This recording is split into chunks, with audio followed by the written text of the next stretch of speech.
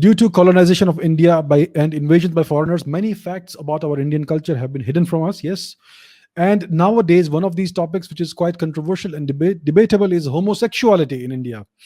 Can you tell us about this? As many say it's a thing brought into India by foreigners, and some say that actually India was quite liberal about it and it was not considered taboo in Indian culture.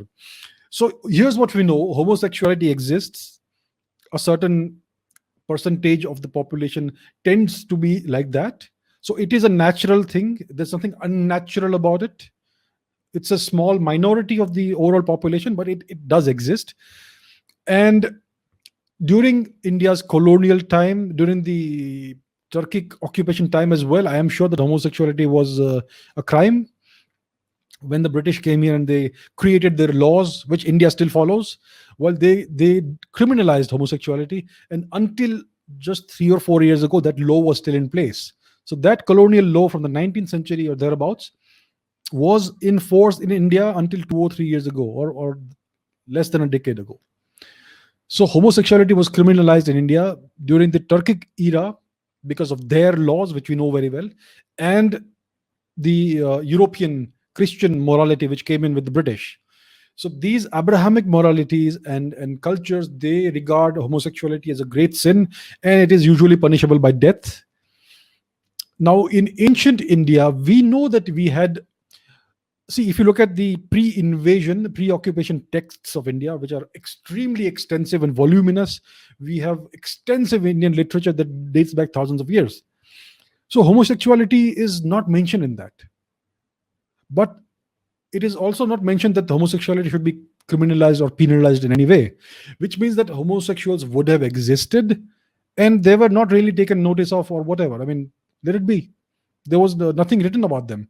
So it was basically, from the evidence that we have, the evidence of absence, it looks like homosexuality was treated with basically indifference. It didn't matter. We do know that transsexuals have had a long history in India. In the Mahabharata, there was this person called Shikhandi who was born a boy but was a girl, or the other way around. I'm not really sure right now, but it's one of the two things. So this was a transgender person, a great warrior, right? And a person of great importance, of at least a certain significance in this great ancient war that happened in India. And this person was well respected, right? A transgender person. So transgenders have been around for a long time, and they have never been in any way marginalized or oppressed.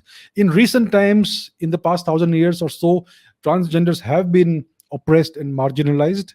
But today, at least if you will say that in Hinduism, it's not the case. In the Kumbh Mela, you have the Kinnar Akhada, who are given the same rights and same honor as every other Akhada, right? So it's clear that in Indian culture, in the pre-invasion, pre-occupation culture, there was nothing of any kind against transsexuals, transgenders, or homosexuals. Because see, we know now that Hinduism is greatly demonized nowadays. Historians and sociologists and Marxist authors, etc., they try and dig through Indian texts and find evidences of something that is apparently bad today, and they shout about it from the rooftops.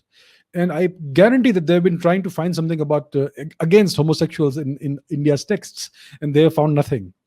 So that tells you that homosexuals may have been treated with indifference in India, but they were never oppressed in any way or any form whatsoever. So that is one thing which we can say for sure about Indian culture, that India was very liberal about sexuality, first of all.